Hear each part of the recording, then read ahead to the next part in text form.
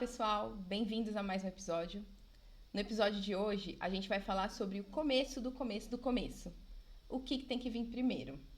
O ovo ou a galinha? Brincadeira. E hoje, para falar sobre esse assunto, eu tô aqui acompanhada de um colega muito especial e querido, que é o Paulo. Paulo Eduardo de Andrade Souza. Paulo é um gestor de garantia da qualidade, que tem formação em temas dos mais complementares. Ele é um dos profissionais mais completos e faz dele uma pessoa que tem uma visão sistêmica das que eu mais admiro. Para contar para vocês aqui tudo que ele já fez, eu vou precisar inclusive olhar aqui numa colinha. O Paulo tem MBA em Gestão Estratégica de Projetos, pós-graduação em Gestão de Projetos em Tecnologia da Informação, graduação em Administração Hospitalar e diversos cursos complementares, como, por exemplo, Lean na Saúde, Scrum Master, ele é certificado PMI, e ele é auditor ONA e PALC, e ele tem experiência e conhecimento nas mais diversas certificações na área da saúde. É Joint Commission, Kementum, ONA, PALC, certificações ISO 9000, 14000 e 17000. Com mais de 20 anos de experiência, ele está desde 2011 como gerente do escritório de gestão da qualidade da AFIP. Paulo, seja muito bem-vindo e muito obrigada por estar aqui com a gente hoje. Legal, Ana, eu só tenho a agradecer o convite e colocar um pouco da minha experiência à disposição. Acho que é sempre legal, eu gosto muito de falar sobre qualidade, especialmente falar sobre qualidade em saúde. Então, acho que a gente complementa aí conhecimento e constrói conhecimento. Isso é a área de qualidade. Obrigada, Paulo.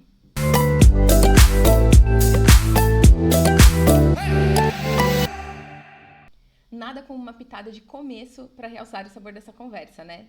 Você está num QD, o podcast que fala sobre qualidade com um quê de humor e de leveza. E a palavra que vai dar o tom da nossa conversa de hoje é questão. Questão, substantivo feminino, tem aí até 10 definições listadas no Oxford Languages, que é aquele dicionário que aparece quando a gente pesquisa no Google. Dentre elas, pergunta ou interrogação, frase interrogativa, no sentido figurado, matéria a examinar, ponto que suscita ou se presta discussão, tema, tese. E a definição que a gente vai usar aqui hoje é coisa a ser resolvida, problema. Então, um quê de questão, sendo questão no sentido de coisa a ser resolvida ou problema. Porque, afinal, na qualidade o que não falta é problema e coisas para serem resolvidas, né? E acho que isso em qualquer área da qualidade, não só na qualidade na área da saúde, né? Eu costumo falar, eu acho que eu até já te contei, Paulo, que as pessoas são criativas para fazer novos problemas, né?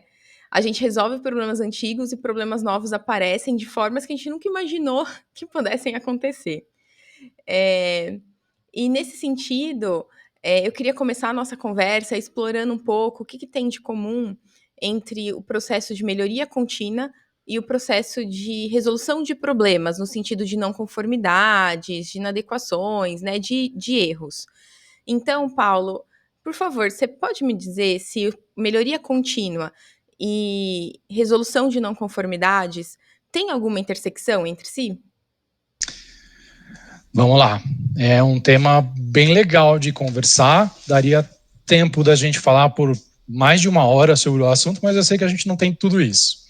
Então, olhando do ponto de vista técnico, vamos colocar assim, toda não conformidade, ela começa por uma oportunidade. A gente não pode deixar de olhar para isso.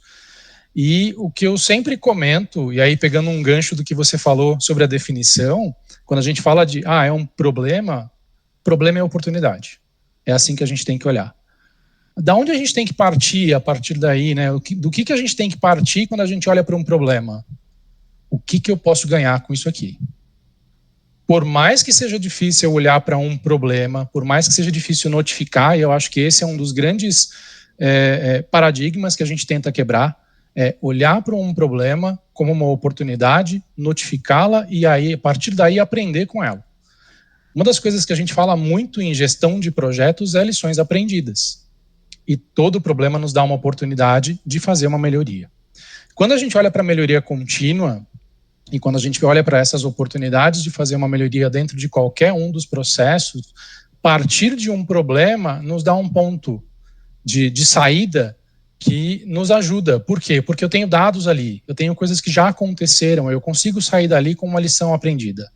E a partir dali eu posso engatar alguns processos de melhoria. Eu posso, por exemplo, colocar um PDCA e rodar aquele PDCA inúmeras vezes até chegar no ponto que eu gostaria. E sempre melhorar um pouquinho, e sempre melhorar um pouquinho. Eu acho que esse é o caminho. É isso aí. Eu acho que se você terminou o projeto e não tem uma listinha de lições aprendidas, você não fez certo. Exatamente. Não existe projeto sem mudança, não existe nada que a gente faça, independente da área que a gente estiver atuando, nada do que a gente faça que a gente não consiga melhorar em algum ponto. Então, com certeza a gente comete alguns erros, com certeza a gente erra um pouco no planejamento, com certeza a gente não enxergou alguns riscos. Então, se eu não conseguir tirar nada disso, é porque, de fato, alguma coisa faltou. E em gestão de projetos, a parte de lições aprendidas, se não é o processo mais importante, é um dos entregáveis mais importantes. Com certeza. E nesse sentido de tocar um projeto, seja para uma correção de uma situação ou um projeto de uma melhoria contínua, por onde que se deve começar, Paulo? Olha, vamos lá. Toda vez que a gente enxerga alguma coisa, alguma oportunidade, eu gosto muito de usar essa palavra, acho que você sabe disso. Quando a gente enxerga uma oportunidade, a primeira coisa, a gente precisa coletar dados e planejar. A gente não pode deixar de fazer isso. Muitos até pela ansiedade de resolver problemas, eu acho que a gente tem essa cultura, principalmente no Brasil, a gente tem a cultura de resolução, a gente é muito de colocar a mão na massa, muitas vezes a gente perde tempo e perde recurso colocando a mão na massa antes de planejar.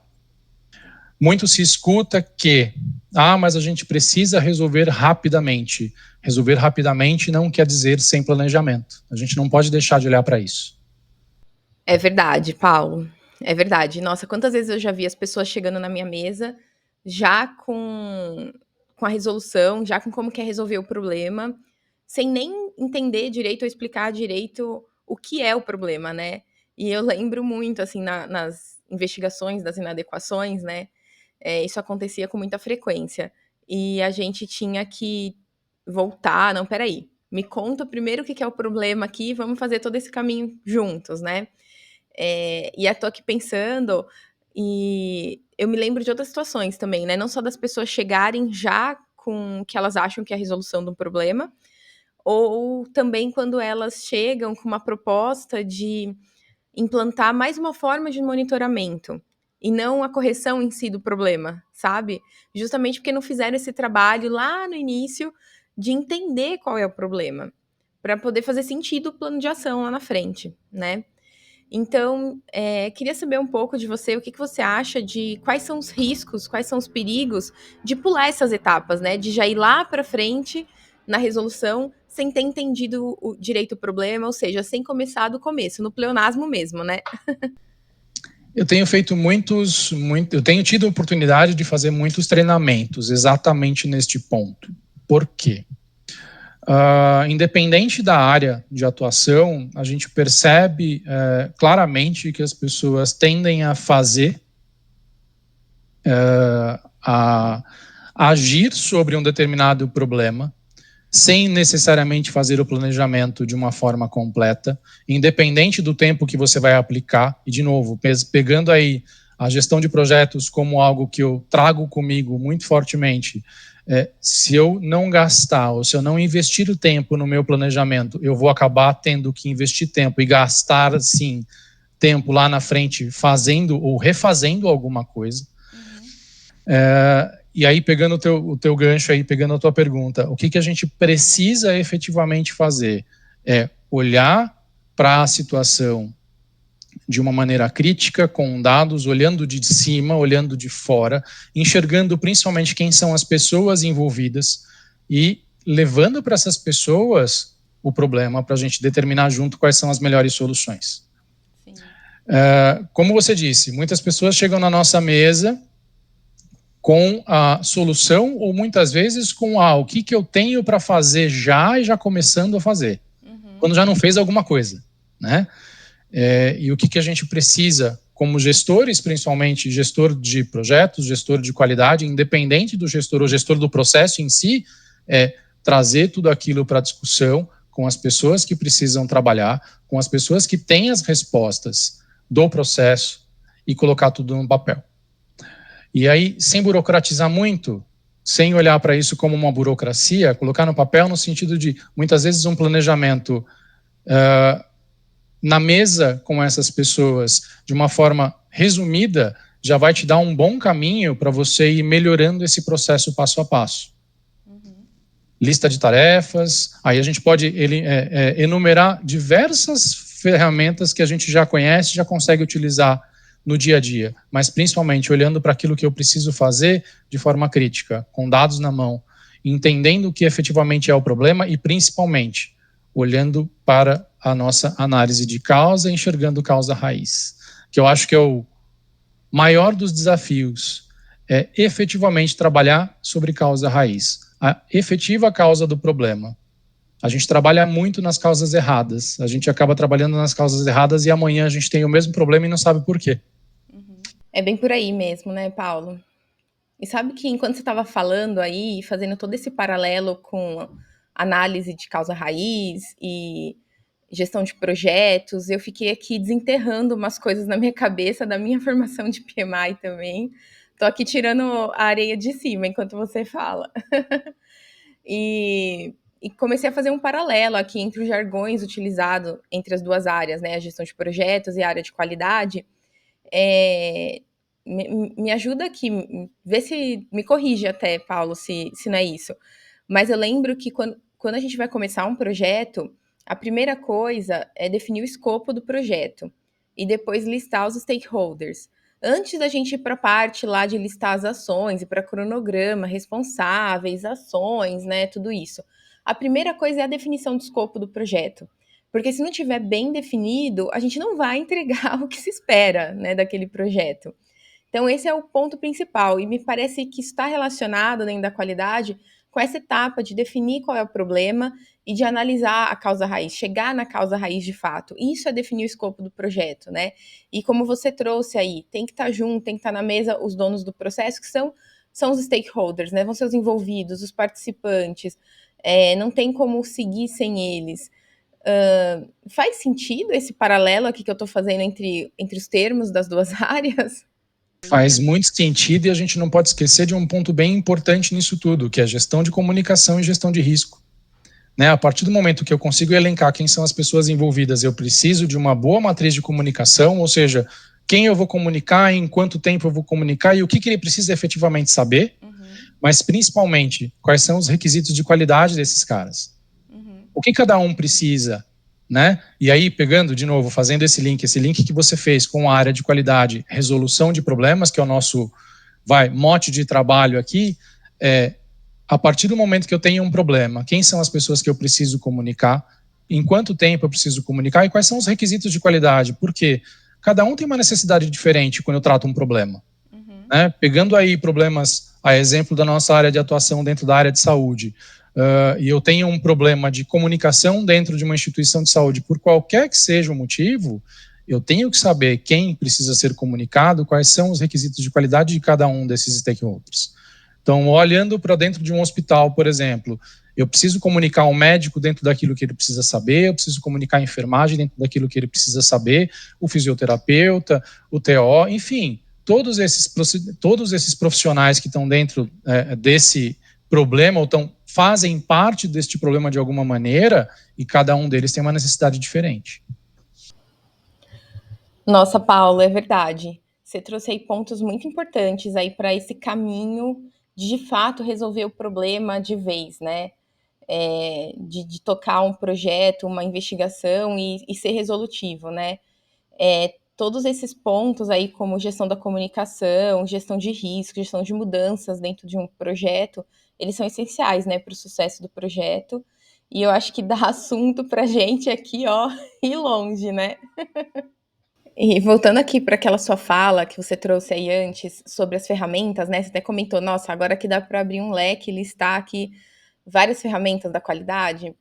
Eu queria trazer aqui um assunto, acho que um tanto quanto polêmico, talvez. Uma provocação. É uma reflexão, vamos colocar assim, né? Eu gosto mais dessa palavra. Eu gosto muito disso, inclusive, porque eu mesma mudo de opinião depois que eu reflito sobre alguns assuntos e vou, enfim, não tem tranquilo. Mas como a gente está falando aqui, né, de todo esse processo de resolução de problemas, e problemas no sentido tanto de não conformidades, quanto de inadequações, ou mesmo melhoria, né, projetos de melhoria contínua, a gente vem falando, né, que o começo, o primeiro passo é a definição do problema, ou a definição do escopo do projeto, né? E a gente sabe que tem aí diversas ferramentas para fazer isso, mas depois que se faz isso, tem essas ferramentas para acompanhamento desse projeto, como a gente já começou a falar aqui, né, o PDCA, mas existem outras também, né, como o de Make ou de Mike, eu não sei, já ouvi a pronúncia de várias formas, não sei qual você usa, o 5W2H, né, e tudo mais. Na área da saúde, o PDCA ele é muito difundido, né, muito conhecido, todo mundo usa. Eu não sei como que é isso mundialmente ou em outras áreas, mas na área da saúde o PDCA é o queridinho, né? Assim, ele é figurinha marcada, sempre tem. E em comparação com as outras metodologias, e aqui eu tô falando de um ponto de vista teórico, tá? Porque eu particularmente uso mais o PDCA do que as outras. Mas, por definição mesmo, né, das metodologias, na minha opinião, o PDCA, ele fica com essa etapa de definição do problema, e que é tão crucial, como a gente está aqui falando desde o começo, né? Ele deixa essa etapa um pouco mais escondida, meio que embutida ali bem no iniciozinho, dentro do P ali do planejamento, ou às vezes até nem tá ali, né? Meio que se subentende que já foi feito isso, né? Isso já é um pré-requisito, né, para começar o projeto. Diferente do de Make, por exemplo, ou do 5W2H, né? Que são metodologias que praticamente meio que obrigam a pessoa a passar por aquela etapa ou registrar aquela etapa, né? Então, ali no D de make, né, de definição, no 5W2H, também você tem que registrar o que é que você está fazendo, né? E para que serve aquele projeto, qual é o escopo, o que é aquilo. E aí eu queria saber a sua opinião, Paulo. O que você acha disso? Vamos lá. Eu concordo contigo, eu acho que na área de saúde, de fato, o PDCA acaba sendo muito mais utilizado, ele é muito mais conhecido, muito mais difundido. Mas eu acho que isso tem um motivo, até pela própria didática do modelo, né? O modelo é um modelo mais simples, que a gente sabe que na prática essa simplicidade acaba não se concretizando, né? Mas acontece que, por ser um modelo mais simplificado do ponto de vista de didática, ele é muito mais difundido. E eu concordo contigo. Eu também acho que o PDCA, puro e simples, se eu olhar só para ele, eu acabo trabalhando muito mais no planejamento, não necessariamente na causa raiz. Então, eu gosto também de olhar por exemplo, o 5W2H como um modelo que nos leva a analisar melhor a causa raiz. Por quê? Porque ele acaba te obrigando a detalhar um pouco mais, né? No planejamento, lá no P do PDCA, você poderia fazer um detalhamento, mas a ferramenta não te traz essa necessidade. Ela, na verdade, simplifica o planejamento, assim como ela simplifica a execução. E pensando de novo na nossa natureza, né, a nossa natureza brasileira de ir lá e já engajar, de já lá e fazer, a gente acaba... Né? Oi? Ir pro ar de ação já, né? Exato, a gente já pula pro do. O do Né? A gente já vai para a execução. Olha, né? A é de avaliação, né? O do Isso. é de fazer, sim, é verdade, vai lá pro D. A gente já acaba pulando pro do, né? Pulando no sentido assim, a gente faz um planejamento, mas assim, é muito menos tempo de planejamento. Já o 5W2H e o próprio DMAIC, eles acabam, de certa forma, te obrigando a olhar muito mais para o planejamento e, por definição, você acaba tendo que gastar ou investir mais tempo no planejamento, o que te faz olhar para a causa raiz um pouco melhor, né?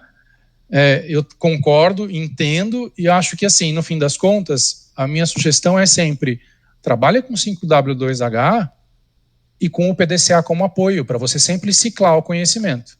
Então, eu comecei ali, fiz o 5W2H, faço um primeiro PDCA no próprio modelo, para enxergar, planejei direitinho, Consigo executar o que eu estou planejando? Consigo avaliar o que eu estou planejando? E a partir do momento que eu fiz essa avaliação, né, eu fiz a checagem e faço a avaliação em cima disso. Tá? E aí sim eu vou para a atuação. Ai, Paulo, sabe o que você estava aí falando e eu estava refletindo sobre tudo que a gente conversou e eu vou guardar a última pergunta para o final e vou colocar aqui uma reflexão antes, tá? Você estava falando sobre usar combinado, né, o 5W2H com o PDCA, porque realmente é muito importante, né, toda a didática e o quão intuitivo é o PDCA, apesar do início dele aí não ser tão clara a parte da definição, e meio que assim, usar o melhor de cada ferramenta, né? Achei muito interessante isso. Mas eu lembrei também que a gente conversou lá no começo sobre a importância das lições aprendidas, né, dentro de cada empreitada, dentro de cada projeto. E essas ferramentas não deixam tão claro, né, assim, lições aprendidas, principalmente o 5W2H. E aí a gente podia propor de transformar o 5W2H em, sei lá, 6W2H, colocar um W a mais ali de what I've learned, sabe, o que eu aprendi, e passar a registrar ali oficialmente e obrigatoriamente as lições aprendidas dentro do 5W2H. Mas existem propostas de, dentro de algumas ferramentas, você incluir a fase. Isso, em gestão de projetos, a gente acaba olhando muito. Incluir, de certa forma, a obrigatoriedade de uma lição aprendida. Vamos né? colocar mais um H, mais um W, Isso, um H. e o próprio Scrum traz muito isso. Né? Que é você olhar semanalmente ou você olhar todos os dias naquilo que você está fazendo, o que de ontem eu não fiz e que hoje eu preciso fazer, que é a lição aprendida, mas dentro da execução da tarefa. Né? Então, acho que assim, sim, eu acho que vale a pena a gente olhar para essas ferramentas de maneira crítica e tentar evoluir essas ferramentas, colocando ali principalmente lições aprendidas, que é o nosso começo da conversa, né? Sim. Pronto, vamos inventar já uma nova metodologia aqui, ó. Bora. Ai, Paulo, você sabe que se deixasse a gente ficava conversando aqui por horas, né? Mas só para a gente voltar aqui ao nosso tema principal e a gente encaminhando aqui para o final, eu queria te perguntar mais uma coisa. Lá num dos primeiros episódios aqui do projeto, do podcast, eu não me lembro agora se é no primeiro episódio um quê de querer ou se é num quê de qualidade, eu faço uma certa provocação ali sobre o nome dos departamentos de qualidade, né? Porque a gente sabe que é um dilema isso e é uma coisa que todo departamento de qualidade sofre, que é justamente quando dá algum problema de quem que é a responsabilidade, né? Fica parecendo que a qualidade de algum produto é responsabilidade do setor de qualidade, quando na verdade não é. Qualidade é como toda essa engrenagem funciona, a empresa toda, né? Como o negócio funciona. Quem faz a qualidade de um produto é quem está ali na produção mesmo, né? E todos os setores de apoio. O departamento de qualidade não é responsável pela qualidade do produto, né? O que faz a qualidade acontecer é como tudo isso funciona mesmo, né? Então, eu fiz até uma provocação, se os departamentos de qualidade, os setores de qualidade não deveriam ter outro nome que fosse mais claro qual a finalidade deles do que ter essa relação com o termo qualidade, né? E que confunde tanto as pessoas em relação à responsabilidade. Mas, enfim, em relação àquilo que a gente está conversando, sobre a definição, né? A importância da definição do problema e do escopo de qualquer projeto, como você acha que os departamentos de qualidade, que a gente ainda chama assim em todas as empresas, podem contribuir com as áreas de negócio, as áreas produtivas, administrativas, enfim, com todo mundo que faz parte dessa engrenagem? Como que o departamento de qualidade pode contribuir para que essas pessoas consigam definir melhor os seus problemas, que elas consigam fazer uma melhor análise de causa raiz, que elas consigam definir melhor o escopo dos seus projetos para, de fato, pôr a mão na massa daí para frente? Vamos lá, vamos falar de nome primeiro. Eu sou da opinião que a área de qualidade ela tem que estar inserida no processo como uma área de cultura da qualidade. Tá? Como a gente pode traduzir isso para a população vai depender da empresa, vai depender da própria cultura da empresa.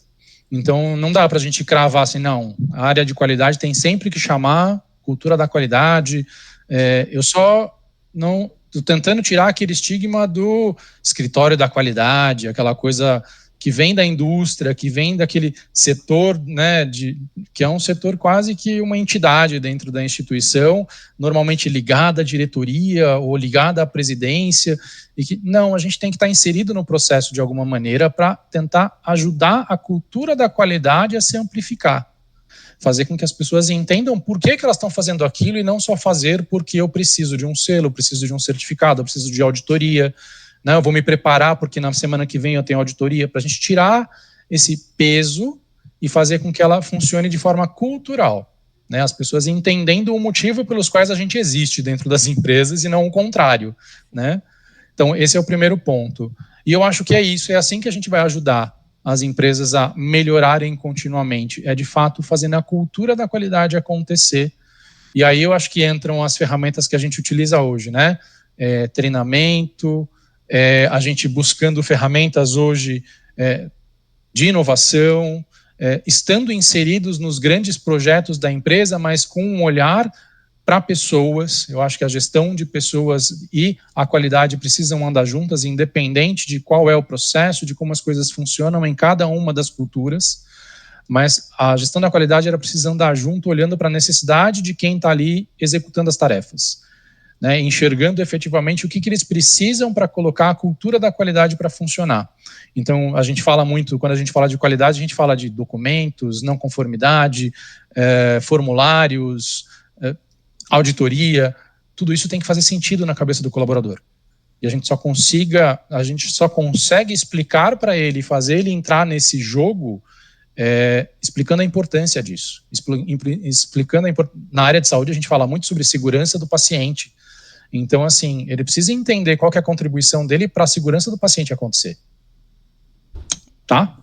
É verdade, Paula, é verdade. Sabe que uma vez eu já ouvi que quem faz gestão de projetos faz gestão de pessoas. Não tem como desassociar uma coisa da outra, assim. Porque a gestão de pessoas não é só quem está na posição de liderança, né? Não é só o líder que faz.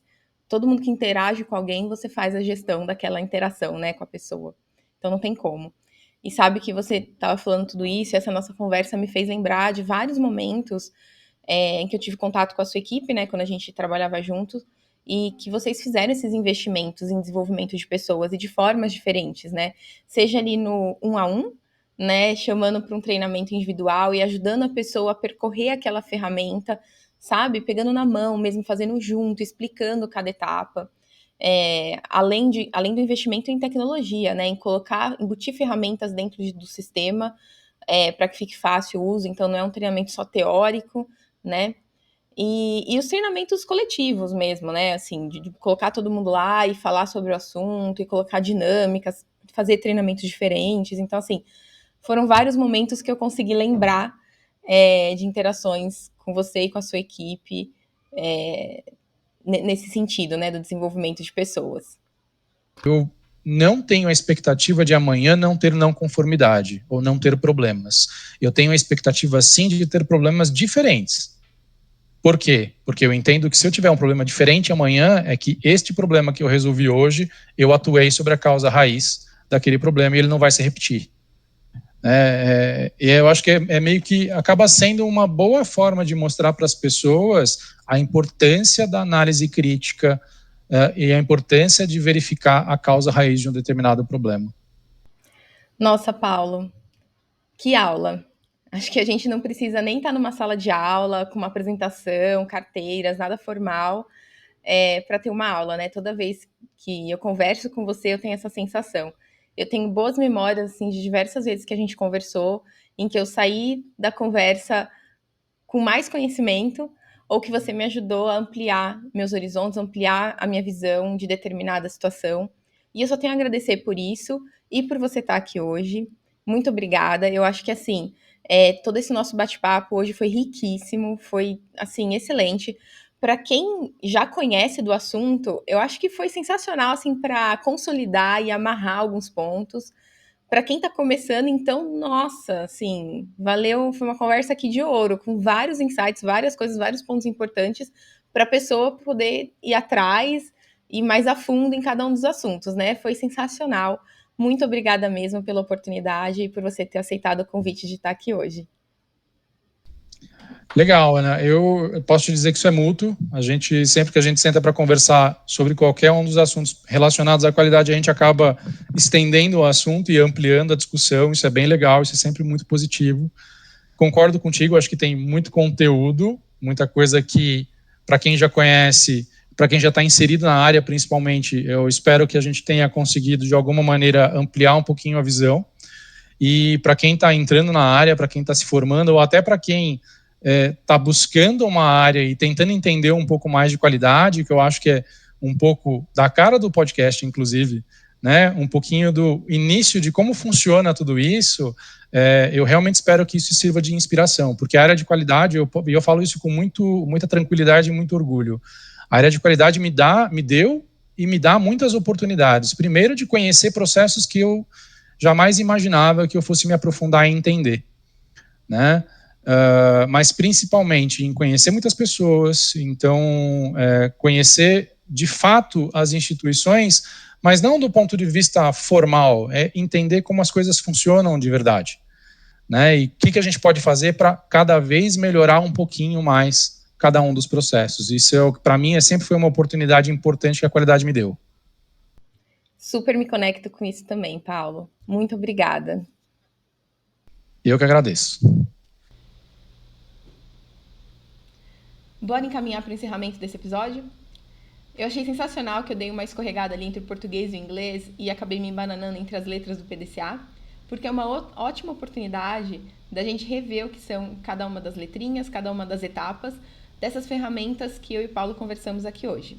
PDCA. O P vem de plan, do inglês, que é a etapa do planejamento, que a gente conversou aqui que ela tem que vir depois de ter sido feita a análise de causa raiz. Então, o PDCA começa depois da análise de causa raiz, ou seja, depois da definição do escopo. Tudo começa com a definição do escopo, tudo começa com determinando qual é o problema. Depois é que a gente vai começar a planejar, né, a montar esse projeto para fazer mesmo a melhoria. Então, o PDCA começa já depois da definição do escopo, no plan, de planejamento. Depois vem a letra D, que vem de do inglês, que é fazer. Então, nessa etapa, você vai executar, é a etapa de execução do seu projeto. Tudo aquilo que você planejou vai ser executado.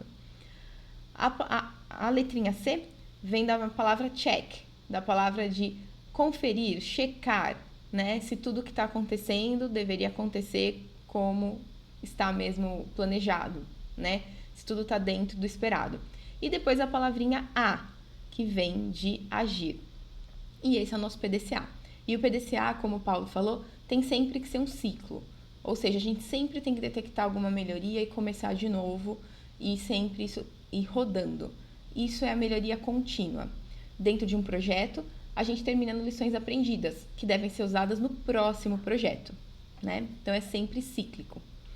Aí, vamos para o 5W2H, que é outra ferramenta que a gente conversou aqui.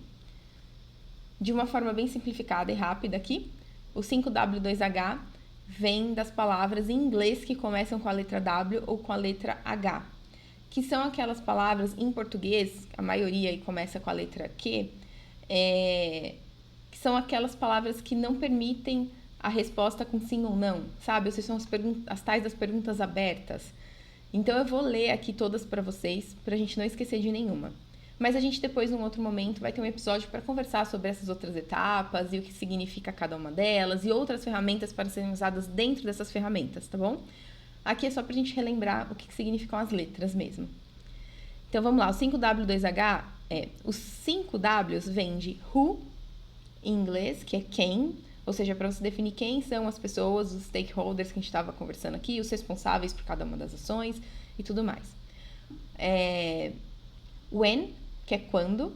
Então, é muito importante para cada uma das ações listadas no seu planejamento, você tem a definição de prazos, né? O outro W é where, de onde.